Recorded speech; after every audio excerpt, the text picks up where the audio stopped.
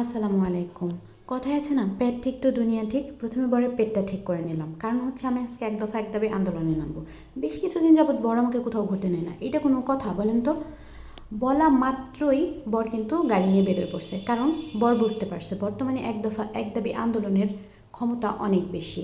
তবে কোথায় যাব আমি নিজেও জানি না। তো যেখানেই যায় না কেন, টাকাটা তো প্রয়োজন হবেই। তাই প্রথমে হচ্ছে বরকে দিয়ে টাকাই তুলে নিলাম। এদিকে টাকা তোলার সাথে সাথে আমি আর আমার ছেলে ওখানেই বসে দুষ্টুমি করছিলাম। ছেলেকে বলছিলাম, বাবা একটা পোজ দাও।